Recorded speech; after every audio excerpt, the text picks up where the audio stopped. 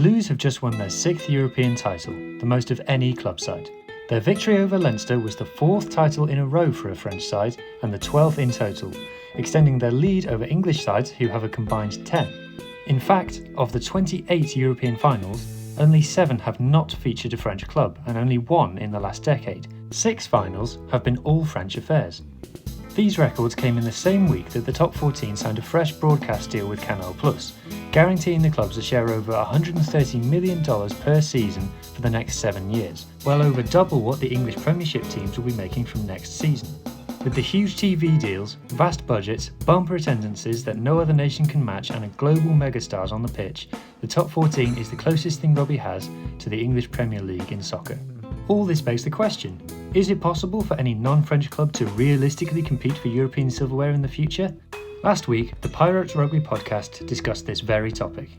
Are we starting to worry now that the French team might become uncatchable just because of the amount of money it's got compared to everybody else? I think so, yeah. Like it's a distinct possibility. I still think Ireland are going to be incredibly strong despite these numbers, just because of the way the funding model works here, and because everybody, like everyone in Ireland who plays the provinces wants actually, obviously they don't want it, even if the money is better.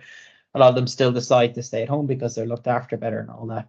So I don't think it's necessary. I think it's more of a problem, maybe top 14 v the Prem, but from a URC perspective, with an Irish cap on, I don't think it's going to be much of an issue. With Wales, obviously, it's definitely going to cause issues there.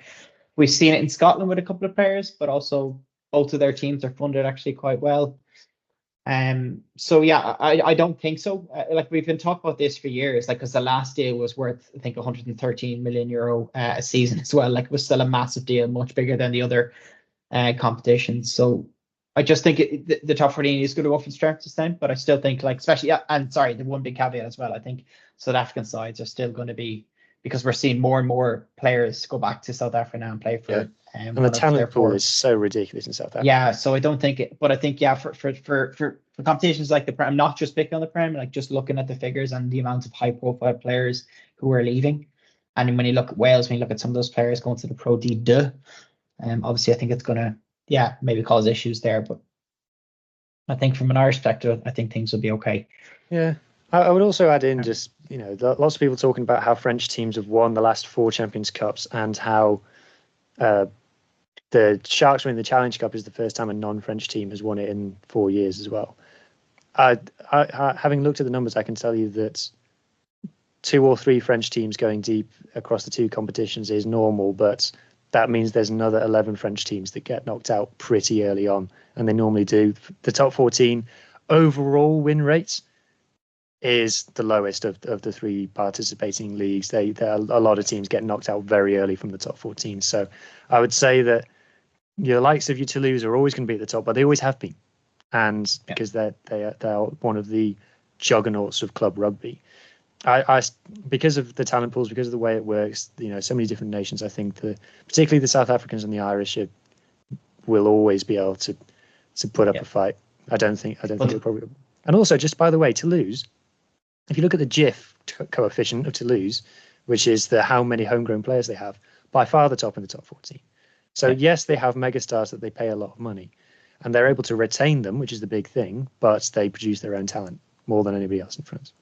Yeah, I think actually the JIFF system is more the reason why the French teams are doing so well now. They were basically constricted into spending money on their academies and developing these players, and there were payments to be made if you transfer JIFF players from their original club up to your own. So there is a transfer market there, and there's a way of getting money from the better off clubs to the smaller clubs. But not only that, but the JIFF rules, and they increased over time.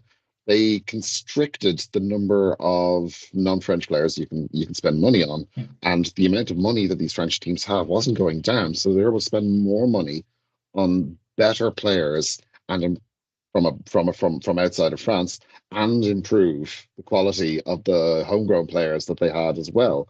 That has just absolutely been an amazingly successful project. Yeah, and just the security as well now for the top 14. Like it's 2024 as we speak, and this next deal isn't even start kicking off next year. It's not kicking off till the 2020s, like till 2027. and it's running until 2030. Like it's mad, like that fun. Like imagine how they're like when they sit down and plan their figures for the upcoming seasons, like they can actually see how much TV revenue is going to come in, and that it's just going from strength to strength. French rugby, even and especially even the Pro D2, like it's incredible. This month, the Pirate Rugby is sponsored by Manscaped. Use code PIRATES20 for 20% off and free shipping on checkout. Cheers.